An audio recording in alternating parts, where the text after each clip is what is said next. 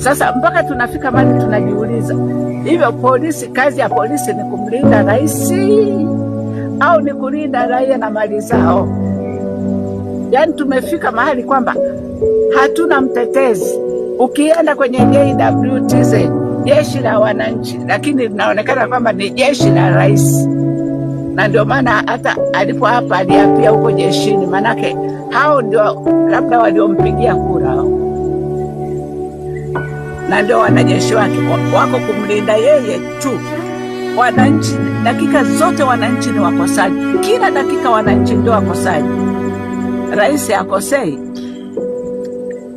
anakosea sana tu, nashindwa kumwambia tu ukweli. Lakini rais angeujua ukweli kwamba anafanya makosa haya, sisi yetu macho